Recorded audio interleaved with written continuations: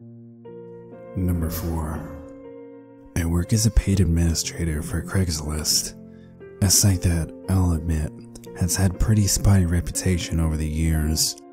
My job is largely to find and take down ads that breach Craigslist terms of service, so, naturally, I've seen some pretty strange and upsetting posts over my tenure. But this isn't about me, it's about the strangest ad I've ever had to remove.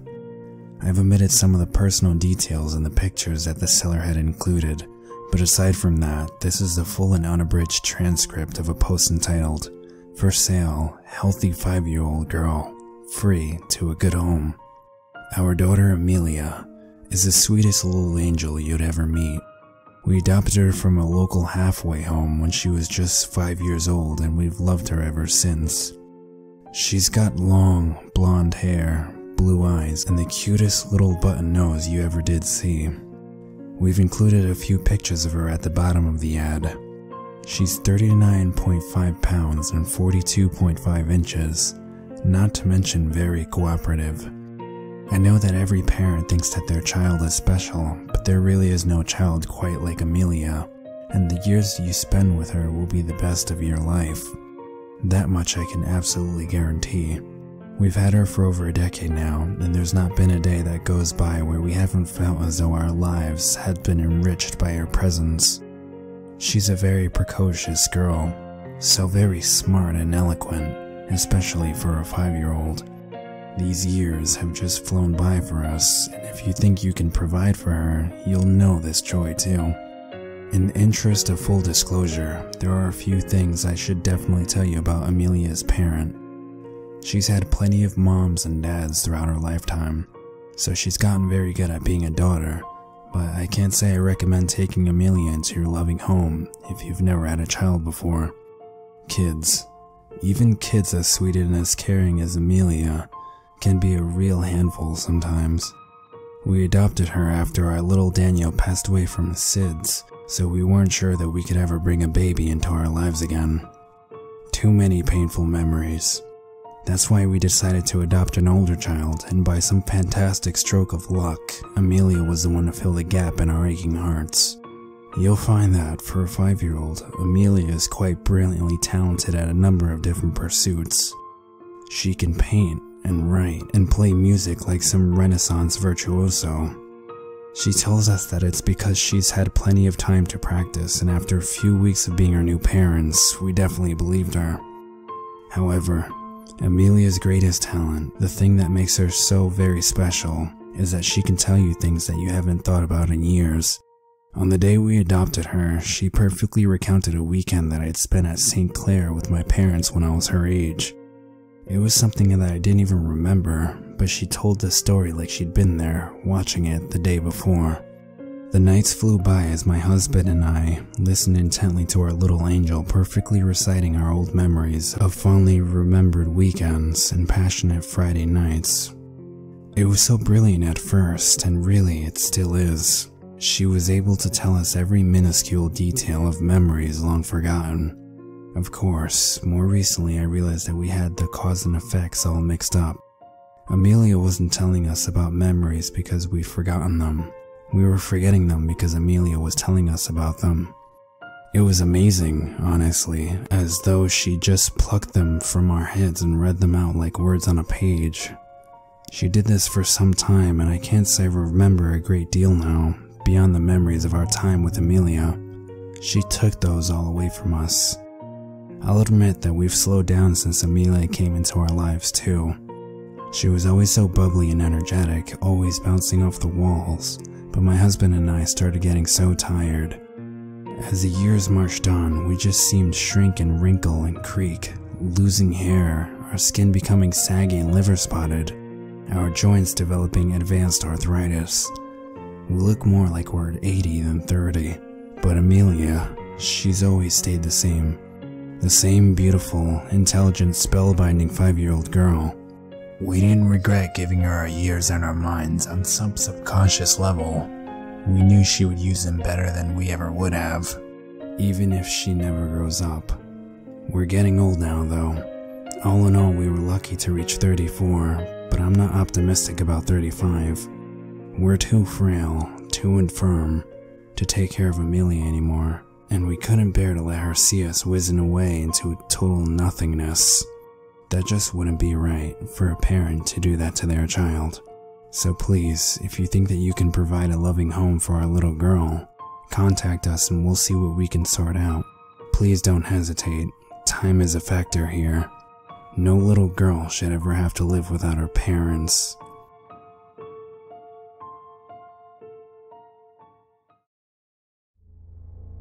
Number 3. Are you a college student who needs some extra cash and has managed to abstain from sex? Or someone down on their luck living from paycheck to paycheck who just never had any experience with guys? If so, my wife and I have a very enticing offer for you, and I kindly encourage you to read on. We're willing to pay you up to $300 for a pint of your blood, bi-monthly. No checks, no hassle, no hidden small print. Just $300 in cold, hard cash for a pint of the red stuff every 2 weeks. Anyone from children to senior citizens are welcome to apply, as long as you can attest to the fact that your blood is virginal, and you are able to provide any medical paperwork confirming the quality of your blood to our designated meeting place. I myself have worked as a medical nurse for the past 3 years, so you can guarantee that the bloodletting itself will be clean, safe, and professional, not to mention, of course, financially lucrative for you and your loved ones.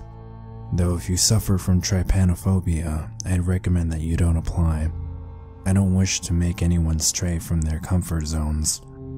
My wife and I would prefer that these meetings be treated with utmost discretion, and so they will take place at meeting areas of our choice, all hygienic environments such as pre-selected hotels to avoid connecting either of our homes to this. These meetings will go on for as long as required, but forgive me for not being overly social. I like to concentrate when I work, and it better ensures your safety and comfort. Now, I'm assuming you'd like some context for this, as you've probably guessed by this point that this blood isn't going to be festering in any hospital blood bank. No, there's a real sense of urgency for your donations here, because I'm beginning to run out of time. I'm sure any loving husband would do anything to please their wife, but my wife, Anna, has always had some strange appetites. Before you get any ideas, this doesn't refer to any bedroom-related, I mean genuine appetites. Appetites that aren't easy or convenient to satisfy. Please don't hold these against her, because she's honestly the sweetest woman you'd ever meet. Ever since I first heard her musical laugh and saw those deep blue eyes, she had me in the palm of her hand. Sorry, I'm getting sidetracked again. I just want to put things in a perspective for you here. My wife is not a bad person, not at all. She's just got a monkey on her back. She loves people and she's too humble to even set foot near a mirror at the best of times. She's got a rare kind of understated kindness and beauty that you hardly ever seem to see these days. We met back in college. She was my first ever girlfriend, and I can't imagine being with anyone else. Whenever she used to slide a disinfected pin into one of my veins in my wrist and started sucking, I always assumed it was some kinky fetish thing or a side effect of severe anemia. I was practically doing mental backflips to connect all these dots rationally. The fact is, over time I began to realize that drinking blood was just a means of nourishment for her. She could put away a rare steak now and then, but in all honesty, I was the only meal, a nickname that she playfully took to calling me, that ever satisfied her. It gave me a sense of obligation, like only I could help her fulfill these unconventional needs. She normally took enough to make me feel a little woozy afterwards, but never enough to cause any lasting harm, so I indulged her. She said she spent every day of the week looking forward to sucking on my juicy veins, and boy did she live up to that statement. You'll do some strange things for love, so I hope you don't judge me too harshly for my means of expressing mine. Fast forward a few years and we got hitched. In spite of the bi-monthly blood drinking, Anna was perfect for me, and I was more than willing to lose 2 pints of blood a month to stay in that relationship with her. It's a one-in-a-lifetime situation to meet someone you seem to click with so perfectly. When we consummated the marriage on our wedding night, it was my first time, and when the pregnancy test showed positive a few weeks later, I was the appropriate mix of terrified and elated. Anna wasn't so pleased. The morning sickness affected her severely. She looked like a ghost of her former self, all wispy and pale. I noticed that she'd stopped drinking my blood, and when I asked her about it, she just told me that I wasn't a virgin anymore. My blood just wouldn't do. We tried to carry on like normal. Anna was simultaneously getting rounder and thinner, and her illness just seemed to get worse.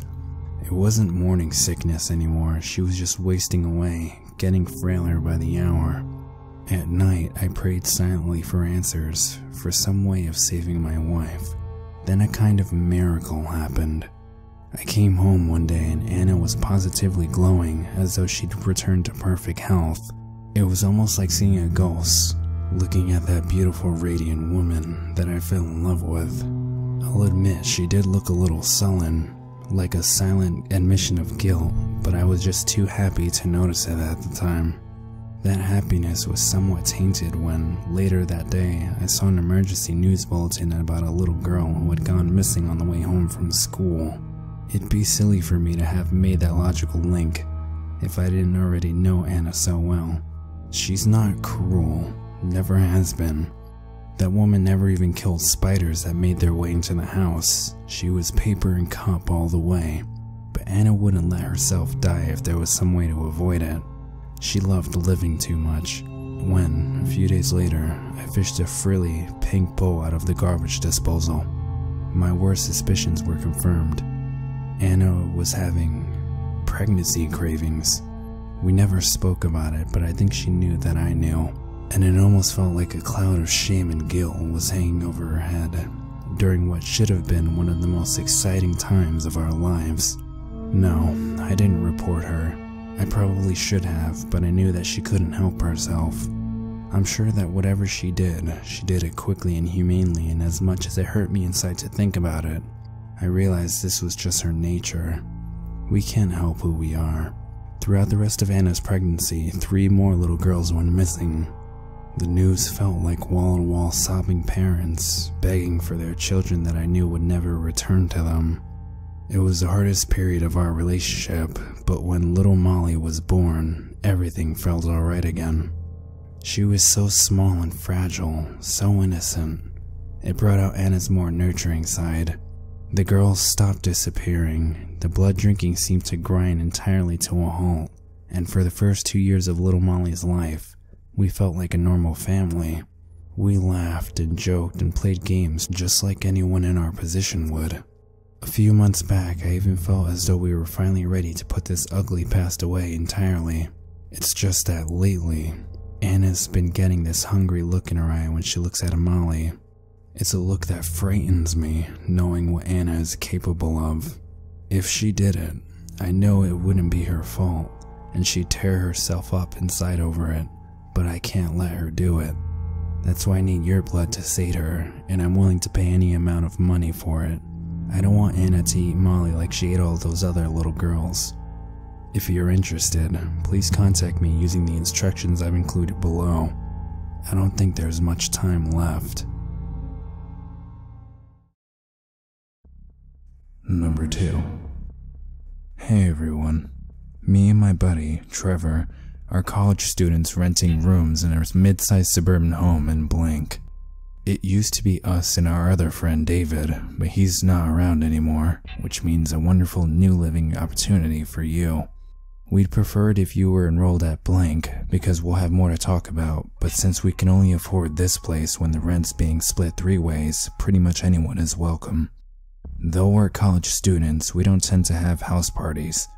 The whole room environment is pretty chill aside from the talking room. If you have the cash and are cool with coming to an open house day to check out the room, then we'd be more than happy to get all the paperwork sorted out. You'll be staying in the talking room, a 17 by 15 high-ceilinged bedroom in the top left corner of the house. Don't be put off by the name, it's just something David took to calling it while he lived in there, and the name just kinda stuck. It's got a nice ring to it, don't you think? Trev and I are cool guys too, very friendly and easy to get along with. If you like Game of Thrones and watching football, chances are that we'll have a great time together. Of course, you'll have plenty of time to get to know us when you come visit the house. Okay, I guess now is the time to address the elephant in the room. You've probably heard about what happened to our roommate, David, but let me tell you, all those news reports were grossly exaggerated. I mean, what can you expect from newspapers these days other than sensationalistic headlines and airy bullshit? It's how they sell copies in the internet age. People find it hard to get past the whole number 8 cannibal thing. It's true that David's tragic breakdown happened on a number 8 bus, but all he did was bite. He never actually ate any of the poor guy sitting next to him, and it wasn't a knife that he put in the guy's eye either. It was a screwdriver. The papers can throw around maniac and tweaker all they like, but the reality is that David was a nice guy who never, ever took meth or any of that shit. He just got into an unfortunate situation. Not that I blame the cops for shooting him though. When a man's out of control, he's out of control. Nothing like that is going to happen to you though. It's just something that's better out of the way early on, so our friendship here isn't built on any pretenses. Besides, David took up smoking. We told him that the talking room wouldn't like that it'd feel the need to hurt him for it, but he didn't listen. We both know that you're gonna learn from his mistake if you choose to stay here. See, the talking room is most harmless and very spacious. It can tolerate posters, wall art, and the TV at any volume. It just can't abide by smoking. The beauty of the talking room is that it's vocal and gives you plenty of warning when you're doing something that it doesn't like. So far we know it's mostly offended by smells rather than sights or sounds. So be sure to shower regularly. You don't want it to have a bad impression of you from the outset. David had learned to cope with living in the talking room, but he got too complacent, like someone keeping a tiger for a pet. He forgot that it's naturally a predator, and any moment that it's not fulfilling that purpose is a courtesy. I don't mean to sound all melodramatic here, but you need to know all this stuff if you want to move in with us. Trev and I wouldn't want you to end up like David for something as silly and minor as an annoying habit. When you move into the talking room, you'll start to hear a little whisper in your head, like when you're wearing inner earphones. It's important to note that you're not going crazy. It happens to everyone in the talking room, and eventually you'll just tune it out, and it'll become white noise like everyone else.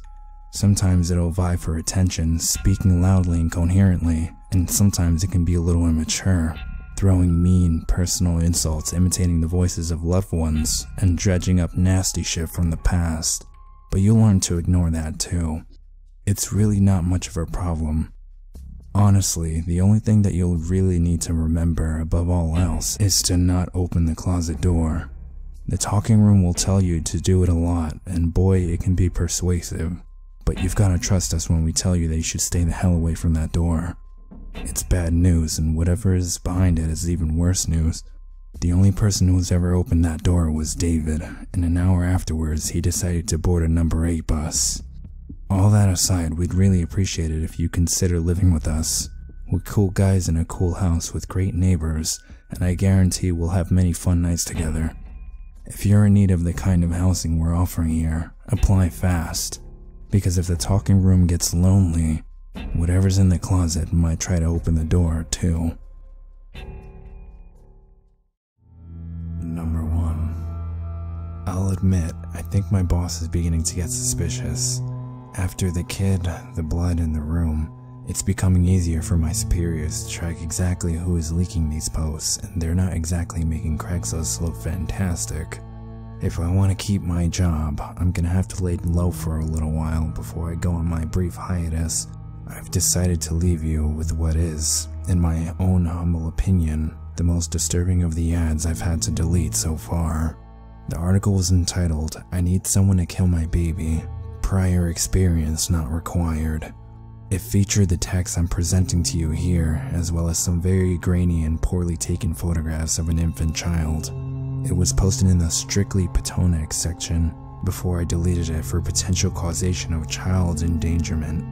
To the best of my knowledge, the case inspired by this post is still open.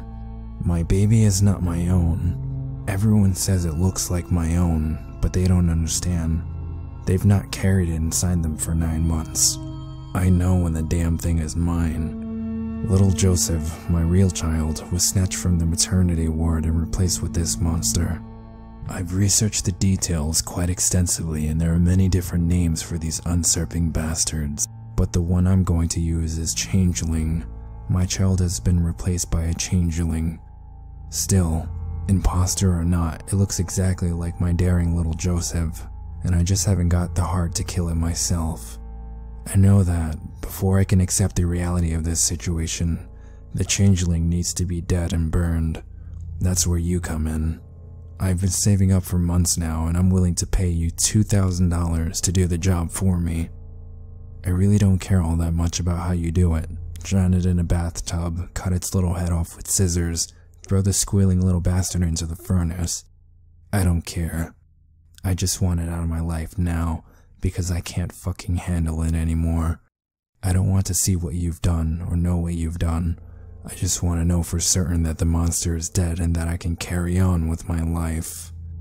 You're probably thinking I'm some crazy bitch, that I'm the one who needs help here, just like everyone else, but frankly, I don't give a fuck about what people think of me anymore. The changeling thinks it can pull the wool over everyone's eyes, but my eyes are open. It won't be drinking my milk or living off my warmth. I won't let this monster steal all the love and care that was meant to be my little Joseph's.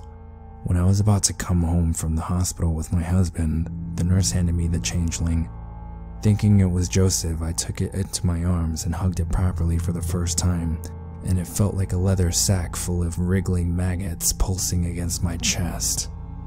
I dropped the disgusting creature out of shock, and it started screeching and howling like some terrible animal.